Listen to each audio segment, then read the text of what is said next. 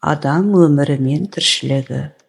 Дүниені тегіс жаратып болған соң, жер мен көкті жаратушы адамды және басқа мақлұқтарды өзінің алдына шақырады.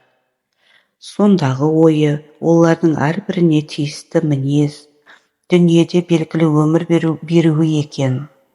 Ең алдымен барған адам екен. Оған айтыпты: сен адам, жаратушылардың ішінен сенің түр сипатың артық. Саған сөйлеуге сөз, ойлауға ақыл бердім депті. Басқа мақлұқтардың бәрі сенмен төмен болып, олардың бәрі сенің әміріңде болады дейді. Олардың баршасына сен үкім қыласың, қырдағы шөпке, ағаштың жемісіне, теңіз, таулар бәрі саған қарайды дейді.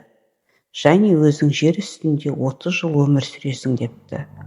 Сонда адам бұған разы болмай, бір жағына бұрылып өз-өзіне айтыпты: егер мен дүниенің патшасы болсам, егер маған бар дүние тиесілі болса, 30 жыл өмір сүргеннен не пайдасы бар деп. Кейбір көп өмір алған мақлұқтарды көре алмай қарап тұрыпты адам. Сонда кезек есекке келіпті. Есекке айтыпты: сен жазаны көп алып, михнатты көп шегесің. Сен ылғи ауыр жүк тасып, таяқтан әбден өлгенше шаршап, болдырап жүресің.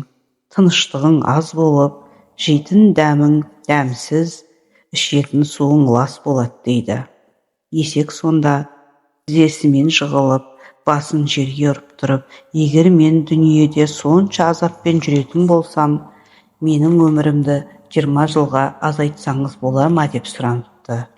Сол уақытта адам жақындап, есектің 20 жасын маған қосыңыз дейді. Онысын қабыл алады. Одан кейін кезек итке келеді.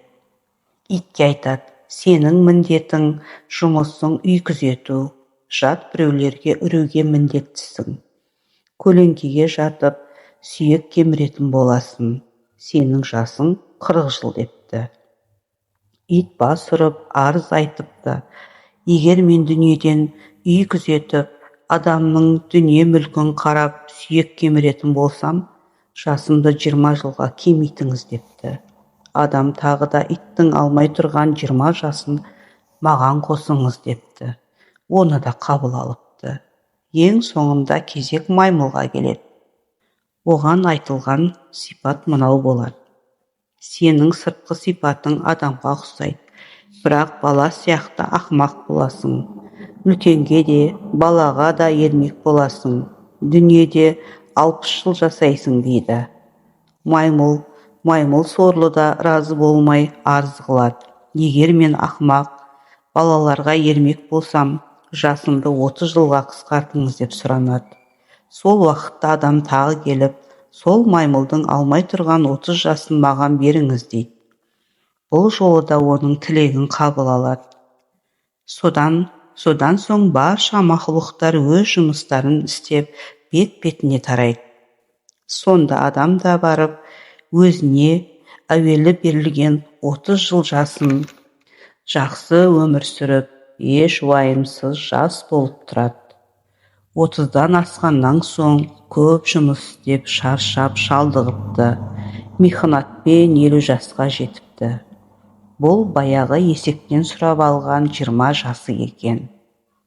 Содан адам 50-ден аса, енді 70 жасына таяу, үйін күзетіп, не болса соған ренжіп, не болса соған айқайлап, итше арпаласып өмір сүріпті.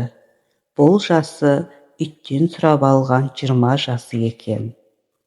Адам 70-тен асқан соң, аз-аздан ақылынан айрылып, бала тәрізді болып қалады екен. Күлсең кәріге күл демекші, бұл адамның өз еркімен маймылдан сұрап алған 30 жасы екен деседі.